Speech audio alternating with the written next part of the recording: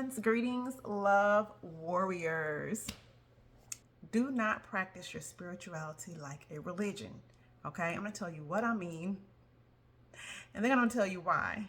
Okay, so when I'm talking about practicing your spirituality like a religion, what I mean is that a religion is telling you, hey, here is the one way to do this. Here are the steps. This is the only way, this is the only steps that are going to work. Okay?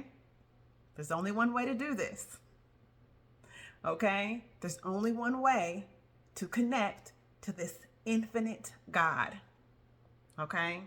Think about that. Right? Religions also tend to tell you not to ask any questions, right? Not to ask questions. Don't question God. Whatever is right here in this book or within these ceremonies, these rituals, right? These practices, these rules, that is all that is. This is all there is. This limited body of information is all there is as a means of connecting with this infinite God, okay? Religions also typically tend to encourage you to ignore anything you see in your reality that is either in conflict with this body of information or is not answered within this body of information, okay? So when I say don't practice your spirituality like a religion, right? You don't have to do that, okay? And this is a very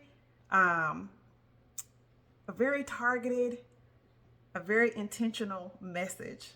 This message is for all of us who say, I'm spiritual, not religious. But then you see them practicing the spirituality like a religion, okay? And I'm going to give you an example. I'm going to give you a specific example of what I mean, okay? And I want to give you an example because I know that my channel not only speaks to those who are practiced and those who are in and committed at a very high level, but also I make efforts to make my material palatable, right? Digestible by those who are just approaching spirituality and are kind of wondering what it is, right? So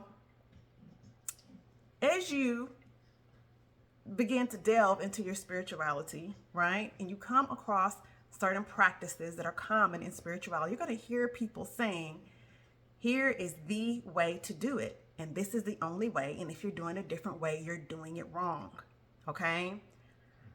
I'm going to give, here's my big example. This is a really common one, and I don't want to offend. This is not to offend anyone, okay? This is not to offend anyone who has been practicing this way, this particular thing that I'm about to describe, cleansing ritual. If you've been practicing it this way, that's fine. If it's working for you, great. I'm sure it is working for you. But I want to tell you why there's more than one way to do it. Okay, I'm just inviting us to think here. Okay, I'm just inviting us to think logically. I hear people saying you must open the windows and the doors when you sage in order to let the evil energies or evil spirits out. Okay? Now, I'm just inviting us to think about this. Okay? Did your windows and doors have to be open for the negative energies, for the evil spirits, evil thoughts, whatever it is, to get in? Did your doors and windows have to be open for it to get in? No, absolutely not. Absolutely not, right? All that had to happen was for your energy field to be tapped into, right? For something to get into your thoughts, right? Or for someone, even if someone sends you negative energy, okay? I hate to even use that because then I feel like I got to explain what I mean by that. But if someone is wishing harm upon you, okay, using some kind of means to send something negative your way, you still have to be vibrating at that level in order to be affected. Okay? You got to be vibrating at that level. If not, you're cloaked in high vibrations. Okay? You are protected by vibrating high. Okay? Now, how do negative thoughts and energies enter our atmosphere, our energy field, our thoughts, right? Through the gateways of our eyes and our ears, and through what we put into our body and our mouths, right? This is how we get negative attachments. It's what we're feeding ourselves through our eyes, through our ears, and through what we actually literally feed ourselves. Okay? So it doesn't necessarily add up to say you have to open the doors and the windows of your house.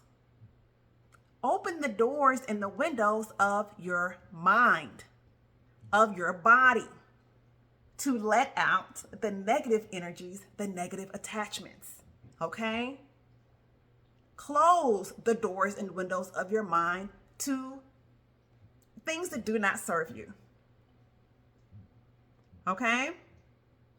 What determines your frequency, your vibration, is your thoughts and emotions, okay? You got to open up to clear that out, right? And then I want you to close it down and do not allow back in